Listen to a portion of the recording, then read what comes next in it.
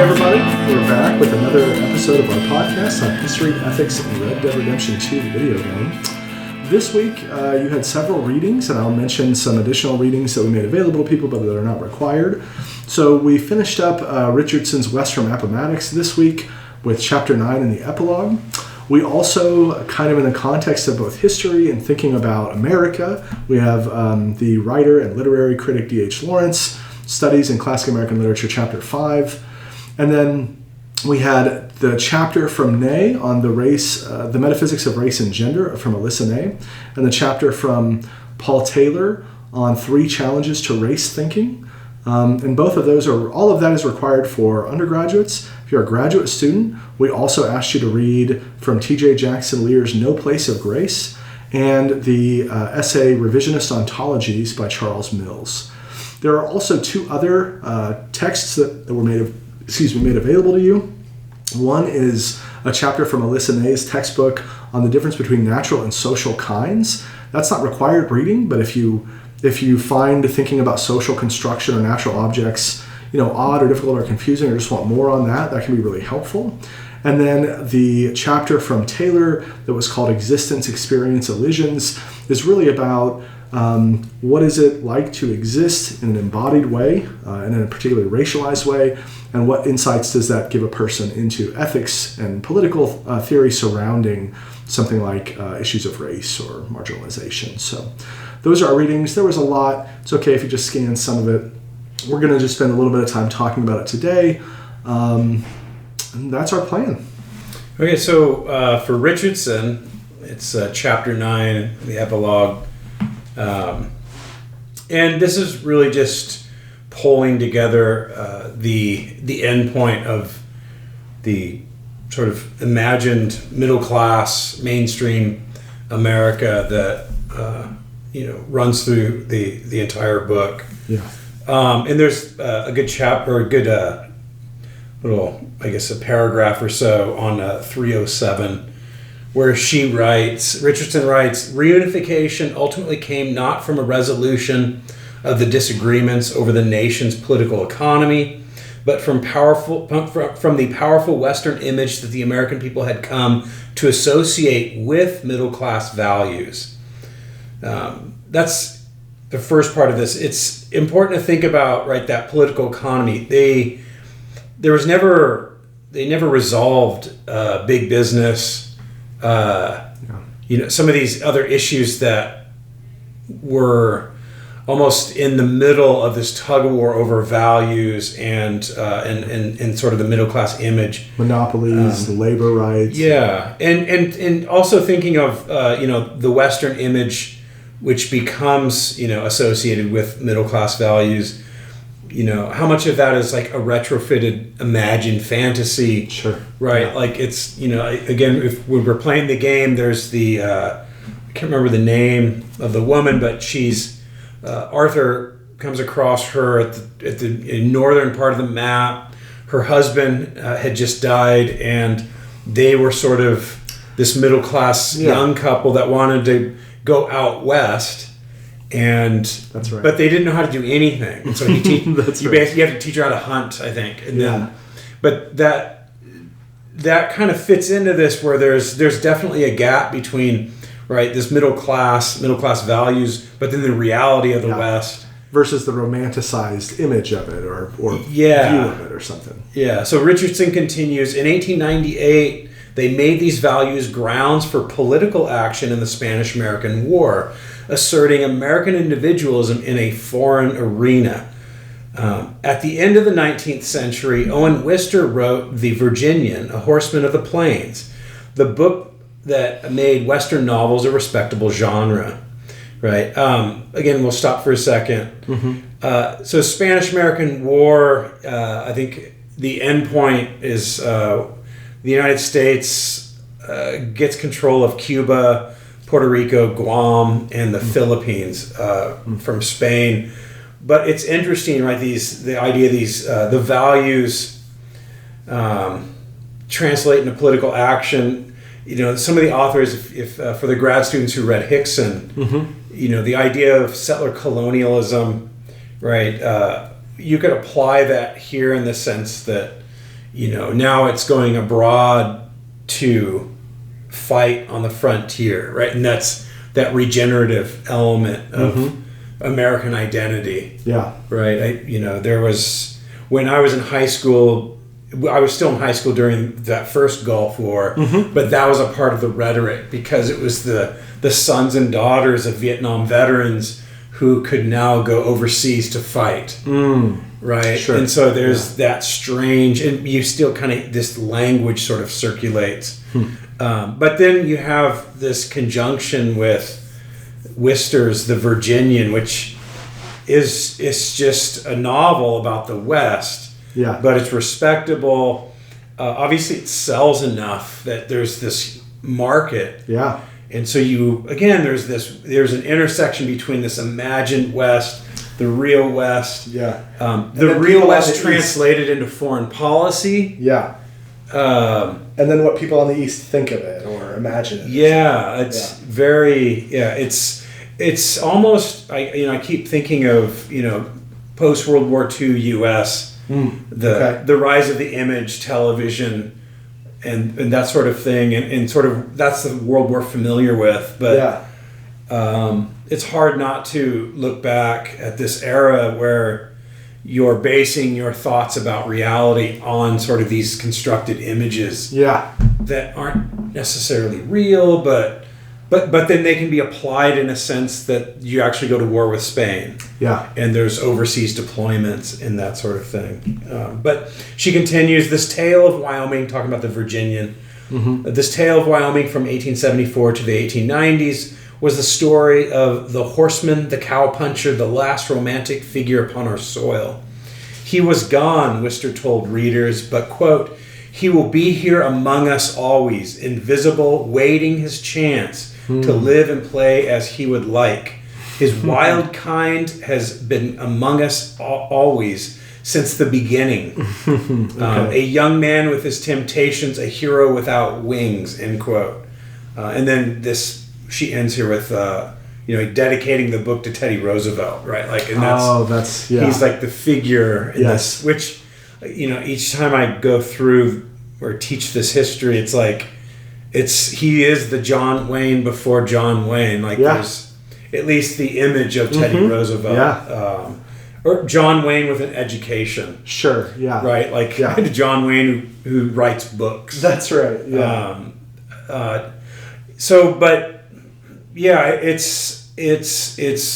It's interesting that Wister kind of has this finger on the pulse, right? Yeah. It's always been here since the beginning. Yeah.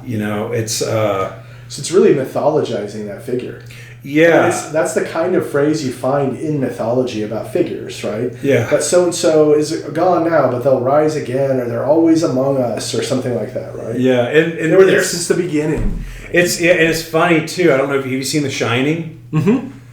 Remember when he says, "You've always been here." That's right. Yeah, to Mr. Torrance. And Grady, the bartender. Yeah, Grady's telling. But one of the arguments about the Shining is it's a story about going west and interesting. Okay. There's a documentary. I really like The Shining. I have not thought about it. Yeah, there's a documentary called Room 237. Okay. And it has about 10 critics comb through it. And I have students watch it. Yeah. And then we watch the documentary, and then they have to watch it again. Oh, that's interesting. And to feel how the movie will change, even though the movie never changes. Sure. But it changes because what you bring to it. Yeah, and it kind of pulls. It comes back into this where is the West the way it is because you're reading about these fantasies or these images, and then you go out west. And you either see it or don't see it, or it's you have these weird translations,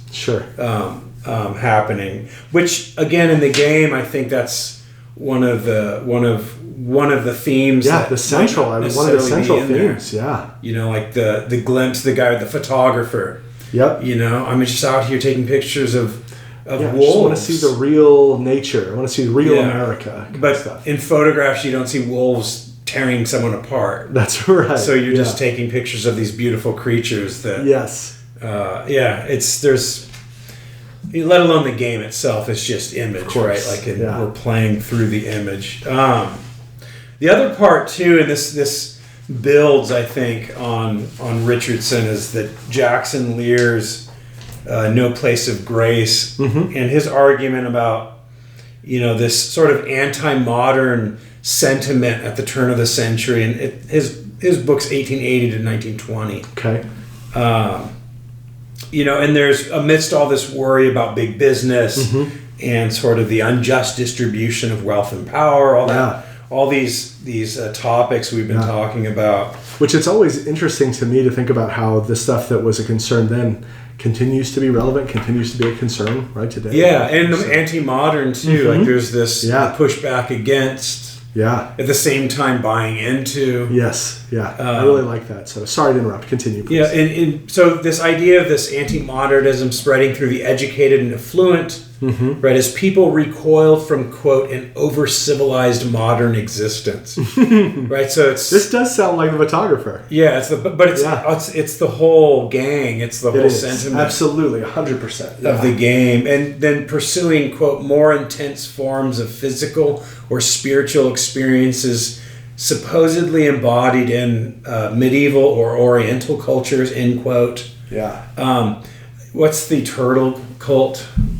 Oh, yes. You rescue Mary's... Yeah. I can't think of the name of them. I remember when you come upon them and they're uncertain whether you're aggressive or not, they do, what is it, like shell of protection, whatever, and all the members circle around the inner people or whatever. Yeah. Yes, that cult. Yeah, so it's like I'm yearning for a spiritual experience that I can't get in my normal modern day-to-day life. Yeah, and with all my machinery and it's just papers. It's too much. And, these aesthetes and reformers sought to recover the hard but satisfying life of the medieval craftsman.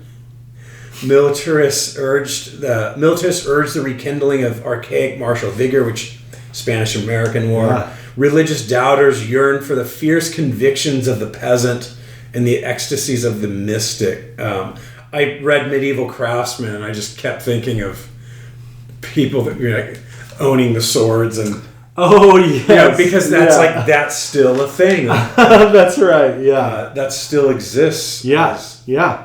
I used to when I was younger, when I was a teenager. I remember we visited Oregon once to visit my grandmother, and one of the little shops we went into was just this basically like a flea market, junk shop, but they had a ton of wickedly weird curved knives and fantasy swords and stuff, and teenage me was like, oh my god, I'm going to use all the money I brought on this trip to buy these nunchucks and this weird curving talon knife and maybe this sort and there is something about that is attractive to people even now in our day.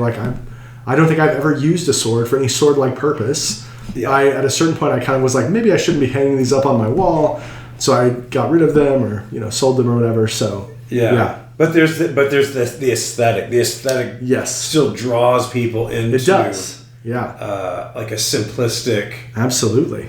I don't know. Yeah, it's. I don't know. There's something really interesting there. Yeah, it's definitely an anti-modern, right? It's it's a push. Back to the simpler days, a kind of cultural nostalgia almost or something. Arguably Game of Thrones, Lord of the Rings, the Sword and Sandals, like Rome, Spartacus, that's right. Even Vikings, right? Last Kingdom, like all those shows sort of play off that sentiment. Yeah. Look at this earlier time of humanity. Yeah, I just had to make gruel. It was simpler. Yeah, you could just make gruel. Beyond the lookout for bandits, and just make a fire, and throw your cloak around you. There's also something kind of funny about always thinking that, people, when people sometimes when they say they have past lives, they're like, I was a noble or a queen, and it's never like I was the person that lived until I was 5, and then I died of dysentery or whatever. You know what I mean? How come there isn't that? Yeah, well, it's because they don't remember. They don't remember it. Maybe so.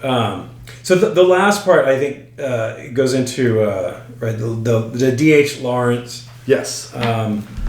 This is one of those fun. It's a small book. Everyone should own it. Yeah. I got this when we first did the podcast, and I thought it was really enjoyable and interesting. I don't even have as strong a background in American literature as he clearly did or others do, but I recognized enough works, and he's really talking about his view from outside, which I think is really interesting. Yeah. Right? He's not American. He's coming over and seeing this and trying to see, like, as someone, right, from Britain who's been in Europe, who has this kind of history, and then America is this kind of young upstart, right, country with its own attempt to build culture and everything. Like, what is he saying about it? What does he see? Yeah. And it's a defense because it's the English literature folks are they were real snobby. Americans are just, they don't have any cultural products. They just like cowboys. But yeah, so it's a fun book to read. We're just reading chapter 5.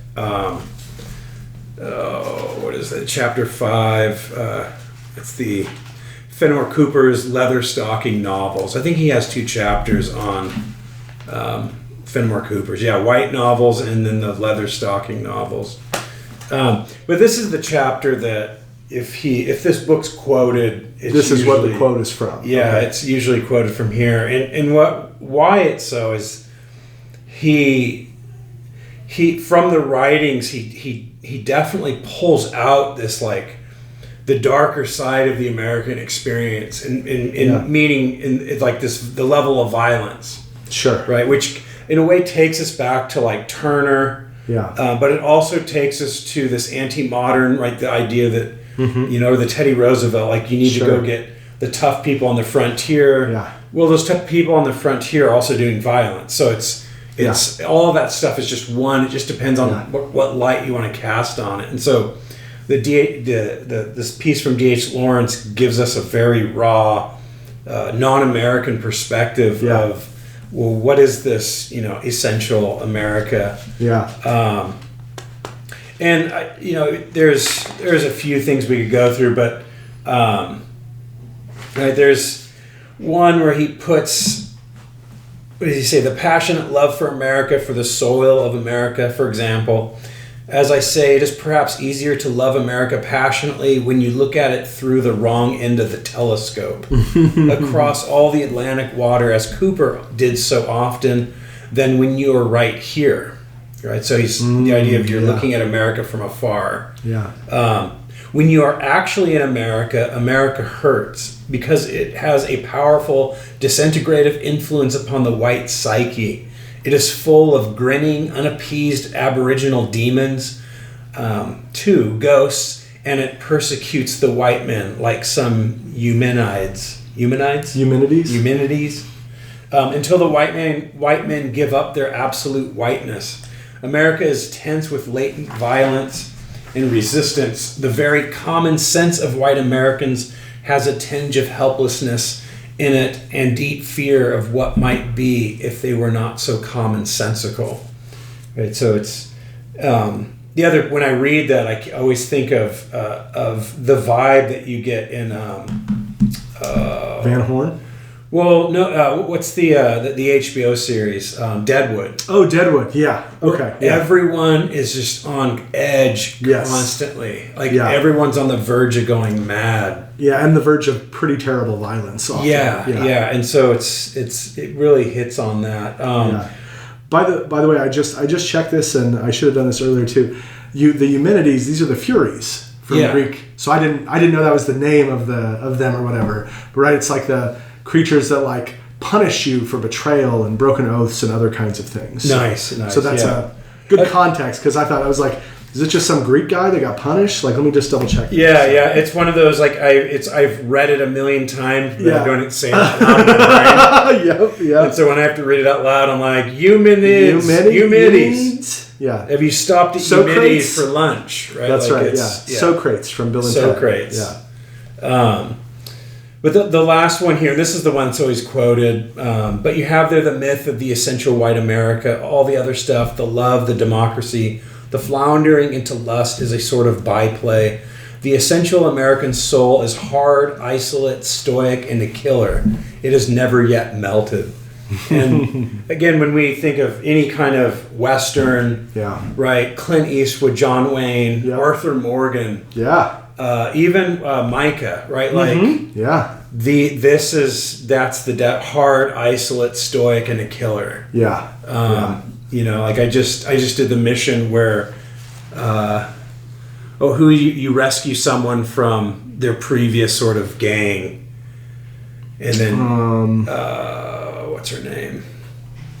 Oh, are you talking about Tilly? Tilly, yeah. Yeah, Tilly gets captured by the gang that's run by the brothers. Yeah, and then at the end you have the decision: do you let him go, or do you kill him? And I was thinking I'm gonna let him go this time because the first time I didn't. Okay, yeah. But then I'm like, wait, what am I doing? Like, why would you let someone go? They're gonna they kidnapped this person and they beat her or worse. Right? Yeah, it's not exactly clear how bad she's been treated, and probably they were planning to kill her. So if you let him go, like there's just gonna be let him revenge. come back. Yeah. And so I'm like, you know what? I'm gonna do just this. Just gonna kill him. Yeah. And I killed him. Yeah. But he does this, well, we got to just do this. He just slams the knife right into him. Yeah. Woo. And I'm just like he has to just be ready to execute someone, which at a moment's notice. Or something. So it's like, even if you're playing, well, I guess if you're playing high honor, yeah, maybe you don't kill him. I won't know. I have to do it over again, but yeah. But yeah, it's you do have to do a little bit of executing. Yeah. Well, and this is, I think, a good lead in for in a couple ways to thinking about. I mean, my first thought is that this is a thing that there is something interesting about the kind of. I mean, again, not to say that people in other countries or other cultures don't have any interest or a fixation on violence or something. That's certainly that's a broad human kind of thing. But I talk to students nowadays, and lots of students just love like murder podcasts and all kinds of other things. When I was younger, and I'm sure there are still people that are like this, that just get fascinated with like serial killers and read about them or something, right? So there is something that is, I think, very American about that focus and that interest. I think the D.H. Lawrence stuff, kind of on whiteness and stuff, or these Aboriginal demons and stuff, I think that leads in nicely to thinking about race. I mean, obviously, and we were talking about this earlier. Maybe we should have done this early or something in the course, just because, there's no responsible, scholarly, intellectual way, serious way to talk about the West without talking about where it comes from. And where it comes from is Reconstruction and the Civil War and that, right? And you, again, just cannot talk about any of that stuff in any meaningful way without talking at least a little bit about race and slavery and all of these really the idea of the settler. You can't have a settler without displacement. Sure. Yeah. Right? You can't have the pioneer or the frontiersman without people that exist within this space that are removed, and then the only what's left over are the at least Pacific Northwest, it's like Yakima, Wenatchee. Yeah. Like these names that the Tillamook, right? Yeah. Things like that. Yeah, I remember I thought about this in Oklahoma too, and it really even I'm from Larned, Kansas, which is in Pawnee County, right? From the Pawnee Indians. Yeah. So all of this just especially just Old West in general, it's good to think about and talk about race in this context. So what I picked out for us to read this week in the kind of philosophy, like metaphysics and ethics of race stuff, is really thinking about metaphysics. Most of it is focused on metaphysics. In philosophy, you have axiology, which is like value theory. So ethics, most of what we've been doing counts as that, but also like aesthetics. So when you talk about how amazing the game is, you're making kind of a judgment about this art object. So that'd be aesthetics. Then we have epistemology, which is like, how do we know things? Do we know anything? Is there skepticism appropriate? All that kind of stuff. And then metaphysics is kind of like, what is real, right? And obviously, physicists answer that question, and biologists answer that question. And of course, when we think about what's real in the past, historians help us answer that question, right? Of what evidence do we have to say this is a thing that happened or whatever.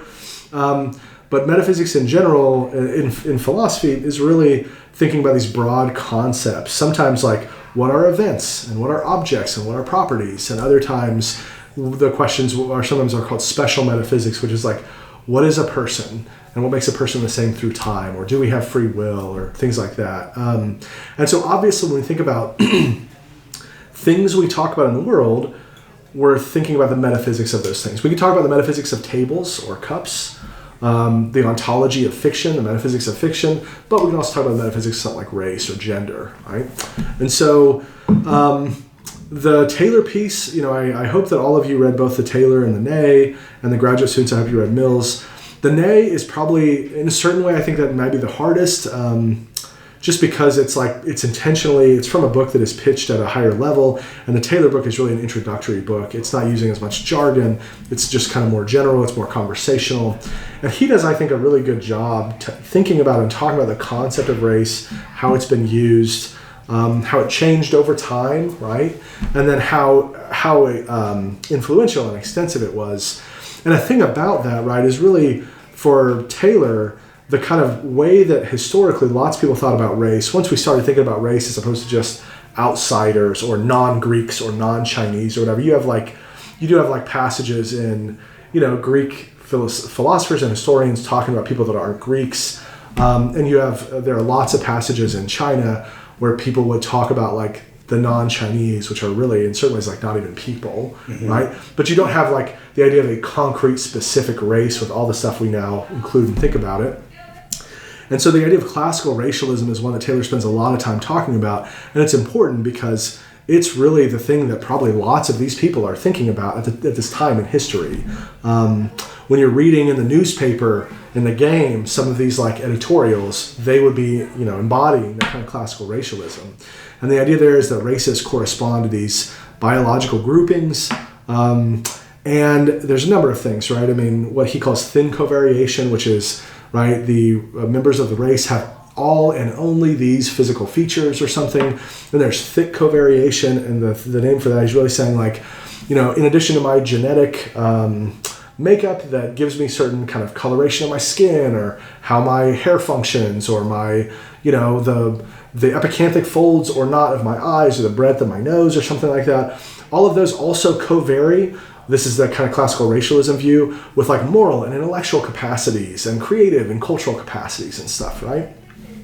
And then his, I think, the fourth or fifth assumption in classical racialism is something like ranking, that we can sort of be, all these cultural products are commensurate, they can be judged on the same scale, and that some are better than others, some of these races are better than others, right? And that is really at the heart of a lot of, in a certain way, it seems to me, at the heart of a lot of the kind of immoral treatment of other races, is to basically say, well, they're different than we are. They have different sort of metaphysical properties or properties of individuals, and so that's why it's justified that we treat them a different way. And that is kind of a thing we do. Not just about race, but just about objects, right?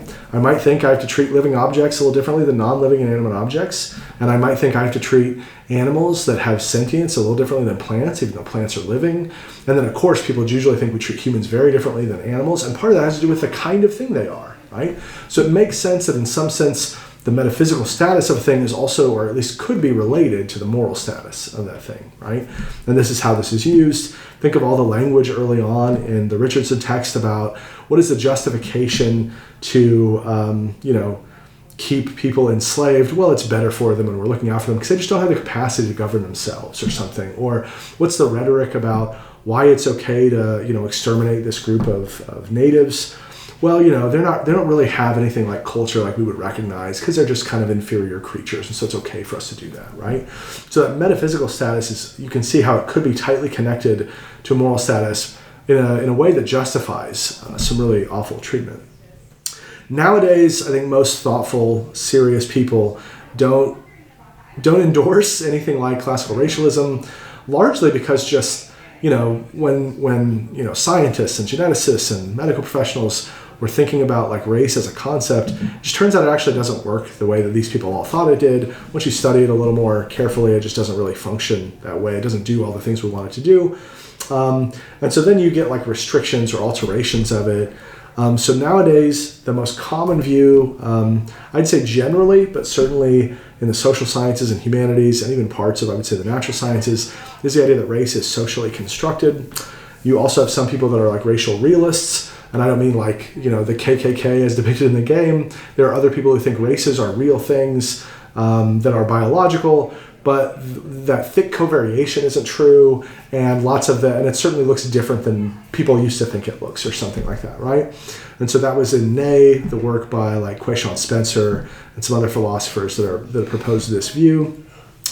Or you could say, we could just eliminate race. And that's what Taylor's trying to argue against in that 3 challenges to race thinking. He's noting that there is this position, but he's trying to give you arguments of why you shouldn't take that position.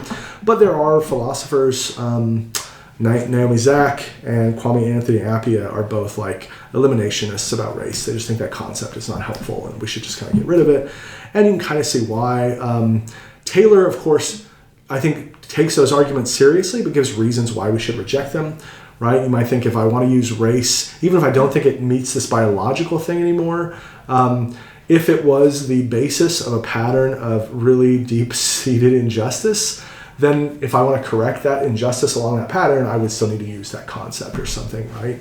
And there are other reasons to reject the sort of racial realist approach. Again, you don't have to. There are very thoughtful people that endorse it, but what they refer to as like mismatch objections, and nay, among other things, right? And it seems like there's like a big social component to what even we understand about what counts as race, right?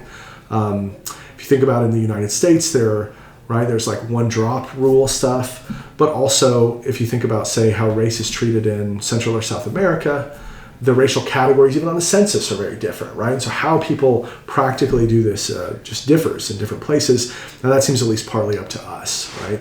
So I want to say something very briefly about social construction, and then maybe we'll be done, or maybe I'll end with some stuff from Mills, because I think that's really interesting and important. So I think sometimes people have a weird reaction to saying something is socially constructed, or they think it's like not really real, right? If I said, race is socially constructed, some people interpret that to be like race isn't a real thing in the world, or like they might think, well, it's made up, and if it's made up, I don't have to care about it or something like that, right? But I think that that's like a not very thoughtful or sophisticated way to think about social construction. There are all sorts of objects and social roles that are socially constructed, that are real, but they are definitely socially constructed in the sense that they depend on our custom and practice and agreement and behavior, right? So this is why I included the Ney reading about natural and social kinds, because that's, I think, really helpful in sussing this out. There are things that are sort of just in nature that, you can quote unquote carve nature at its joints, and those things would exist whether humans did or creatures with language or custom. There would be gold in the universe or water molecules or whatever, regardless of whether there were any conscious things. And that does seem like, right, water has a well-defined kind of set of features. It is a particular kind of thing, regardless of custom, regardless of language, whether it's water or agua or whatever, right? So the substance, it's this way this functions in the natural world. But there's all kinds of other things that are real, but they depend on our custom and language. And so just 2 very quick examples to help you get a sense of how this might apply to race. My favorite example of this is money, right? So money, if you go to different places, you'll see different denominations and coins and things used as money. In one of both my and Dan's favorite games, Fallout, the Fallout series, they use bottle caps as currency, right? And really, money is just, we've all agreed to treat this as a bearer of value that we can exchange for goods and services. So when I get it, I can then, instead of using a barter system where I give someone the chicken I raised and they give me some wood, I have a job and I make some money, and then I buy the chicken and I buy the wood with that money, right? Because we've agreed to do it. But there's nothing intrinsically valuable about a piece of paper with some art on it. There's nothing intrinsically valuable even about a medal, right, or a coin or anything like that. And so it is real. Anyone saying money isn't really real is, tell that to your landlord, and he's going to say, okay, great, but like pay me or you're going to get kicked out, right? In the same way, think about something like an attorney or a lawyer. That's not something that is just in nature. That's the kind of thing that human beings develop in a social role where we think people need to press their rights against another, but in a way that is not just in violence or in a way that's within the rules of a system. And so you get even other linguistic concerns about it as a lawyer or an attorney or a barrister or whatever, right? And how these function are a little different in different societies. In the UK, maybe you got to wear a wig or whatever, right? There's just all these kind of different ways of treating it. But lawyers are real. It's a real role.